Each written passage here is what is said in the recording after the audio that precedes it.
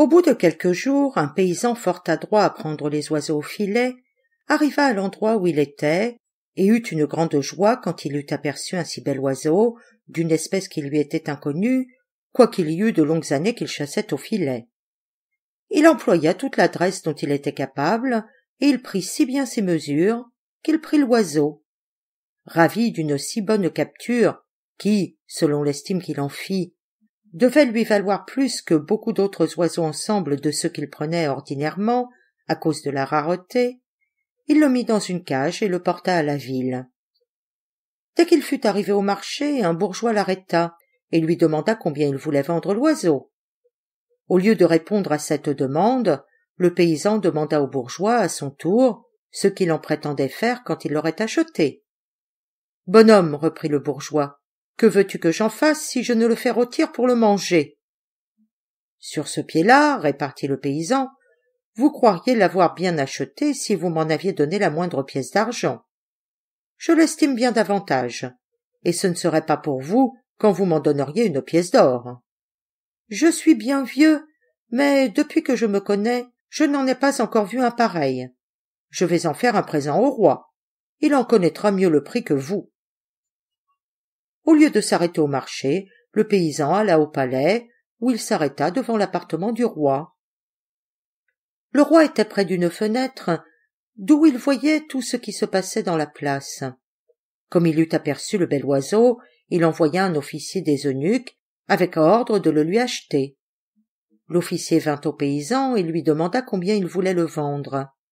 « Si c'est pour sa majesté, reprit le paysan, je la supplie d'agréer que je lui en fasse un présent, et je vous prie de le lui porter. » L'officier porta l'oiseau au roi, et le roi le trouva si singulier qu'il chargea l'officier de porter 10 pièces d'or au paysan, qui se retira très content. Après quoi, il mit l'oiseau dans une cage magnifique et lui donna du grain et de l'eau dans des vases précieux. Le roi, qui était prêt à monter à cheval pour aller à la chasse et qui n'avait pas eu le temps de bien voir l'oiseau, se le fit apporter dès qu'il fut de retour. L'ouvrier emporta la cage, et afin de le mieux considérer, le roi l'ouvrit lui-même et prit l'oiseau sur sa main. En le regardant avec une grande admiration, il demanda à l'officier s'il l'avait vu manger.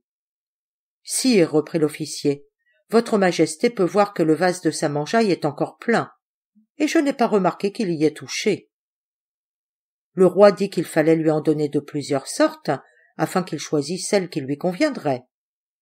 Comme on avait déjà mis la table, on servit dans le temps que le roi prescrivit cet ordre. Dès qu'on eut posé les plats, l'oiseau battit des ailes, s'échappa de la main du roi, vola sur la table, où il se mit à becqueter sur le pain et sur les viandes, tantôt dans un plat et tantôt dans un autre. Le roi en fut si surpris qu'il envoya l'officier des eunuques avertir la reine de venir voir cette merveille. L'officier raconta la chose à la reine en peu de mots, et la reine vint aussitôt. Mais dès qu'elle eut vu l'oiseau, elle se couvrit le visage de son voile et voulut se retirer. Le roi, étonné de cette action, d'autant plus qu'il n'y avait que des eunuques dans la chambre et des femmes qui l'avaient suivie, lui demanda la raison qu'elle avait d'en user ainsi. « Sire, répondit la reine, votre majesté ne sera pas étonnée quand elle aura appris que cet oiseau n'est pas un oiseau comme elle se l'imagine, et que c'est un homme. »« Madame, reprit le roi plus étonné qu'auparavant, vous voulez vous moquer de moi sans doute. Vous ne me persuaderez pas qu'un oiseau soit un homme. »« Sire, Dieu me garde de me moquer de votre majesté. Rien n'est plus vrai que ce que j'ai l'honneur de lui dire. Et je l'assure que c'est le roi de Perse qui se nomme Bédère, fils de la célèbre Gulnare, princesse d'un des plus grands royaumes de la mer, neveu de Saleh, roi de ce royaume, et petit-fils de la reine Farache, mère de Gulnare et de Saleh. Et c'est la princesse Giauhare, fille du roi de Samandal, qui l'a ainsi métamorphosée. » Afin que le roi n'en pût pas douter, elle lui raconta comment et pourquoi la princesse Giauhare s'était ainsi vengée du mauvais traitement que le roi Saleh avait fait au roi de Samandal, son père. Le roi eut d'autant moins de peine à ajouter foi à tout ce que la reine lui raconta de cette histoire, qu'il savait qu'elle était une magicienne des plus habiles qu'il y eût jamais eu au monde, et que comme elle n'ignorait rien de tout ce qui s'y passait, Il était d'abord informé par son moyen des mauvais desseins des rois, ses voisins, contre lui, et les prévenait. Il eut compassion du roi de Perse, et il pria la reine avec instance de rompre l'enchantement qui le retenait sous cette forme. La reine y consentit avec beaucoup de plaisir. « Sire, dit-elle au roi, que votre majesté prenne la peine d'entrer dans son cabinet avec l'oiseau. Je lui ferai voir en peu de moments un roi digne de la considération qu'elle a pour lui. » L'oiseau, qui avait cessé de manger pour être attentif à l'entretien du roi et de la reine, ne donna pas au roi la peine de le prendre. Il passa le premier dans le cabinet, et la reine y rentra bientôt après, avec un vase plein d'eau à la main. Elle prononça sur le vase des paroles inconnues au roi, jusqu'à ce que l'eau commença à bouillonner. Elle en prit aussitôt dans la main, et, la jetant sur l'oiseau, « Par la vertu des paroles saintes et mystérieuses que je viens de prononcer, dit-elle, et au nom du Créateur du ciel et de la terre, qui ressuscite les morts et maintient l'univers dans son état, quitte cette forme d'oiseau, et reprends celle que tu as reçue de ton Créateur. » La reine avait à peine achevé ces paroles qu'au lieu de l'oiseau, le roi vit paraître un jeune prince de belle taille, dont le bel air et la bonne mine le charmèrent. Le roi Béder se prosterna d'abord, et rendit grâce à Dieu de celle qu'il venait de lui faire. Il prit la main du roi en se relevant et la baisa, pour lui marquer sa parfaite reconnaissance. Mais le roi l'embrassa avec bien de la joie, et lui témoigna combien il avait de satisfaction de le voir. Il voulut aussi remercier la reine, mais elle était déjà retirée à son appartement. Le roi le fit mettre à table avec lui, et après le repas, il le pria de lui raconter comment la princesse Giauhare avait eu l'humanité de transformer en oiseau un prince aussi aimable qu'il l'était, et le roi de Perse le satisfit d'abord. Quand il eut achevé, le roi, indigné du procédé de la princesse, ne put s'empêcher de la blâmer. « Il était louable à la princesse de Samandal, reprit-il, de n'être pas insensible au traitement qu'on avait fait au roi son père. Mais qu'elle ait poussé la vengeance à un si grand excès contre un prince qui ne devait pas en être accusé, c'est de quoi elle ne se justifiera jamais auprès de personne. Mais laissons ce discours, et dites-moi en quoi je puis vous obliger davantage. » « Sire, répartit le roi Béder, l'obligation que j'ai à votre majesté est si grande que je devrais demeurer toute ma vie auprès d'elle pour lui en témoigner ma reconnaissance. Mais puisqu'elle ne met pas de borne à sa générosité, je la supplie de vouloir bien m'accorder un de ses vaisseaux pour me remener en Perse, où je crains que mon absence, qui n'est déjà que trop longue, n'ait causé du désordre, et même que la reine ma mère, à qui j'ai caché mon départ, ne soit morte de douleur, dans l'incertitude où elle doit avoir été de ma vie ou de ma mort. » Le roi lui accorda ce qu'il demandait de la meilleure grâce du monde. Et, sans différer, il donna l'ordre pour l'équipement d'un vaisseau le plus fort et le meilleur voilier qu'il eût dans sa flotte nombreuse. Le vaisseau fut bientôt fourni de tous ses agrès, de matelots, de soldats, de provisions et de munitions nécessaires.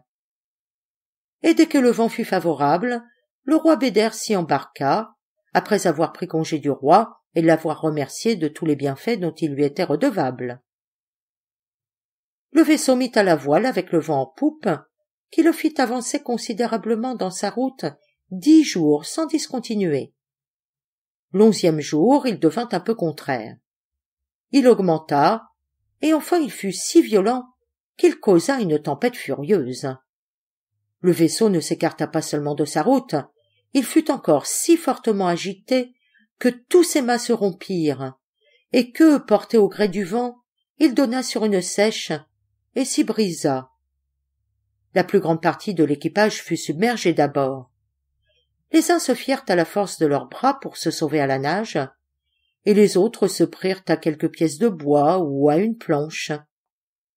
Béder fut des derniers, et emporté tantôt par les courants et tantôt par les vagues, dans une grande incertitude de sa destinée, il s'aperçut enfin qu'il était près de terre, et peu loin d'une ville de grande apparence. Il profita de ce qui lui restait de force pour y aborder, et il arriva enfin si près du rivage, où la mer était tranquille, qu'il toucha le fond. Il abandonna aussitôt la pièce de bois qui lui avait été d'un si grand secours. mais en s'avançant dans l'eau pour gagner la grève, il fut fort surpris de voir accourir de toutes parts des chevaux, des chameaux, des mulets, des ânes, des bœufs, des vaches, des taureaux et d'autres animaux qui bordèrent le rivage et se mirent en état de l'empêcher d'y mettre le pied. Il eut toutes les peines du monde à vaincre leur obstination et à se faire passage. Quand il en fut venu à bout, il se mit à l'abri de quelques rochers, jusqu'à ce qu'il eût un peu repris haleine et qu'il eût séché son habit au soleil. Lorsque ce prince voulut s'avancer pour entrer dans la ville, il eut encore la même difficulté avec les mêmes animaux, comme s'ils eussent voulu le détourner de son dessein et lui faire comprendre qu'il y avait du danger pour lui. Le roi Bédère entra dans la ville, et il y vit plusieurs rues belles et spacieuses, mais avec un grand étonnement de ce qu'il ne rencontrait personne. Cette grande solitude lui fit considérer que ce n'était pas sans sujet que tant d'animaux avaient fait tout ce qui était en leur pouvoir pour l'obliger à s'en éloigner plutôt que d'entrer. En avançant, néanmoins, il remarqua plusieurs boutiques ouvertes qui lui firent connaître que la ville n'était pas aussi dépeuplée qu'il se l'était imaginé. Il s'approcha d'une de ces boutiques, où il y avait plusieurs sortes de fruits exposés en vente d'une manière fort propre, et salua un vieillard qui y était assis. Le vieillard, qui était occupé à quelque chose, leva la tête. Et comme il vit un jeune homme qui marquait quelque chose de grand, il lui demanda d'un air qui témoignait beaucoup de surprise d'où il venait et quelle occasion l'avait amené. Le roi Bédère le satisfit en peu de mots, et le vieillard lui demanda encore s'il n'avait rencontré personne en son chemin.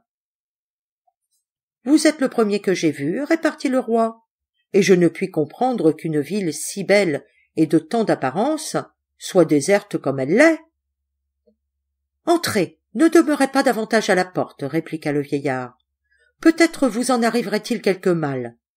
Je satisferai votre curiosité à loisir, et je vous dirai la raison pourquoi il est bon que vous preniez cette précaution. » Le roi Bédère ne se le fit pas dire deux fois. Il entra et s'assit près du vieillard. Mais comme le vieillard avait compris par le récit de sa disgrâce que le prince avait besoin de nourriture, il lui présenta d'abord de quoi reprendre des forces, et quoique le roi Bédère l'eût prié de lui expliquer pourquoi il avait pris la précaution de le faire entrer, il ne voulut néanmoins lui rien dire qu'il n'eût achevé de manger. C'est qu'il craignait que les choses fâcheuses qu'il avait à lui dire ne l'empêchassent de manger tranquillement. En effet, quand il vit qu'il ne mangeait plus, « Vous devez bien remercier Dieu, lui dit-il, de ce que vous êtes venu jusque chez moi sans aucun accident. »« Eh, pour quel sujet ?» reprit le roi Bédère, alarmé et effrayé. « Il faut que vous sachiez, répartit le vieillard, que cette ville s'appelle la ville des enchantements, et qu'elle est gouvernée non pas par un roi, mais par une reine. Et cette reine, qui est la plus belle personne de son sexe dont on n'ait jamais entendu parler, est aussi magicienne, mais la plus insigne et la plus dangereuse que l'on puisse connaître. Vous en serez convaincu quand vous saurez que tous ces chevaux, ces mulets et ces autres animaux que vous avez vus sont autant d'hommes comme vous, comme moi, qu'elle a ainsi métamorphosés par son art diabolique. Autant de jeunes gens bien faits comme vous qui entrent dans la ville, elle a des gens apostés qui les arrêtent, et qui, de gré ou de force, les conduisent devant elle. Elle les reçoit avec un accueil des plus obligeants, elle les caresse, elle les régale, elle les loge magnifiquement, et elle leur donne tant de facilité pour leur persuader qu'elle les aime, qu'elle n'a pas de peine à y réussir. Mais elle ne les laisse pas jouir longtemps de leur bonheur prétendu. Il n'y en a pas un qu'elle ne métamorphose en quelque animal ou en quelque oiseau au bout de 40 jours, selon qu'elle le juge à propos. Vous m'avez parlé de tous ces animaux qui se sont présentés pour vous empêcher d'aborder à terre et d'entrer en ville. C'est que, ne pouvant vous faire comprendre d'une autre manière le danger auquel vous vous exposiez, ils faisaient ce qui était en leur pouvoir pour vous en détourner. Ce discours affligea très sensiblement le jeune roi de Perse. « Hélas !» s'écria-t-il, « à quelle extrémité suis-je réduit par ma mauvaise destinée ? Je suis à peine délivré d'un enchantement dont j'ai encore horreur, que je me vois exposé à quelque autre plus terrible. » Cela lui donna lieu de raconter son histoire au vieillard plus au long, de lui parler de sa naissance, de sa qualité, de sa passion pour la princesse de Samandal, et de la cruauté qu'elle avait eue de le changer en oiseau, au moment qu'il venait de la voir, et de lui en faire la déclaration de son amour. Quand le prince eut achevé par le récit du bonheur qu'il avait eu de se trouver une reine qui avait rompu cet enchantement, et par des témoignages de la peur qu'il avait de retomber dans un plus grand malheur, le vieillard qui voulut le rassurer. Quoique ce que je vous en ai dit de la reine magicienne et de sa méchanceté, lui dit-il, soit véritable, cela ne doit pas néanmoins vous donner la grande inquiétude où je vois que vous êtes. Je suis aimé de toute la ville, je ne suis pas même inconnu à la reine, et je puis dire qu'elle a beaucoup de considération pour moi. Ainsi, c'est un grand bonheur pour vous que votre bonne fortune vous ait adressé à moi plutôt qu'à un autre. Vous êtes en sûreté dans ma maison, où je vous conseille de demeurer si vous l'agréez ainsi. Pourvu que vous ne vous en écartiez pas, je vous garantis qu'il ne vous arrivera rien qui puisse vous donner sujet de vous plaindre de ma mauvaise foi. De la sorte, il n'est pas besoin que vous vous contraigniez en quoi que ce soit. Le roi Béder remercia le vieillard de l'hospitalité qu'il exerçait envers lui et de la protection qu'il lui donnait avec tant de bonne volonté. Il s'assit à l'entrée de la boutique, et il n'y parut pas plus tôt que sa jeunesse et sa bonne mine attirèrent les yeux de tous les passants. Plusieurs s'arrêtèrent même, et firent compliment au vieillard sur ce qu'il avait acquis un esclave si bien fait, comme il se l'imaginait. Et ils en paraissaient d'autant plus surpris qu'ils ne pouvaient comprendre qu'un si beau jeune homme eût échappé à la diligence de la reine. « Ne croyez pas que ce soit un esclave, leur disait le vieillard. Vous savez que je ne suis ni assez riche, ni d'une condition assez élevée pour avoir de cette beauté. C'est mon neveu, fils d'un frère que j'avais, qui est mort. Et comme je n'ai pas d'enfant, je l'ai fait venir pour me tenir compagnie. » Ils se réjouirent avec lui de la satisfaction qu'il devait avoir de son arrivée. Mais en même temps, ils ne purent s'empêcher de lui témoigner la crainte qu'ils avaient que la reine ne le lui enlevât. « Vous la connaissez, lui disait-il, et vous ne devez pas ignorer le danger auquel vous vous êtes exposé, après tous les exemples que vous en avez. Quelle douleur serait la vôtre si elle lui faisait le même traitement qu'à tant d'autres que nous savons. »« Je vous suis bien obligé, reprenait le vieillard, de la bonne amitié que vous me témoignez et de la part que vous prenez à mes intérêts, et je vous en remercie avec toute la reconnaissance possible. Mais je me garderais bien de penser même que la reine voulut me faire le moindre déplaisir, après toutes les bontés qu'elle ne cesse d'avoir pour moi.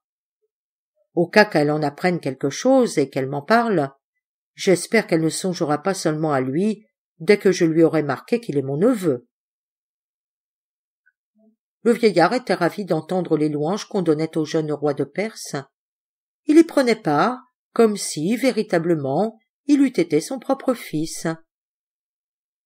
Et il conçut pour lui une amitié qui augmenta à mesure que le séjour qu'il fit chez lui donna lieu de le mieux connaître.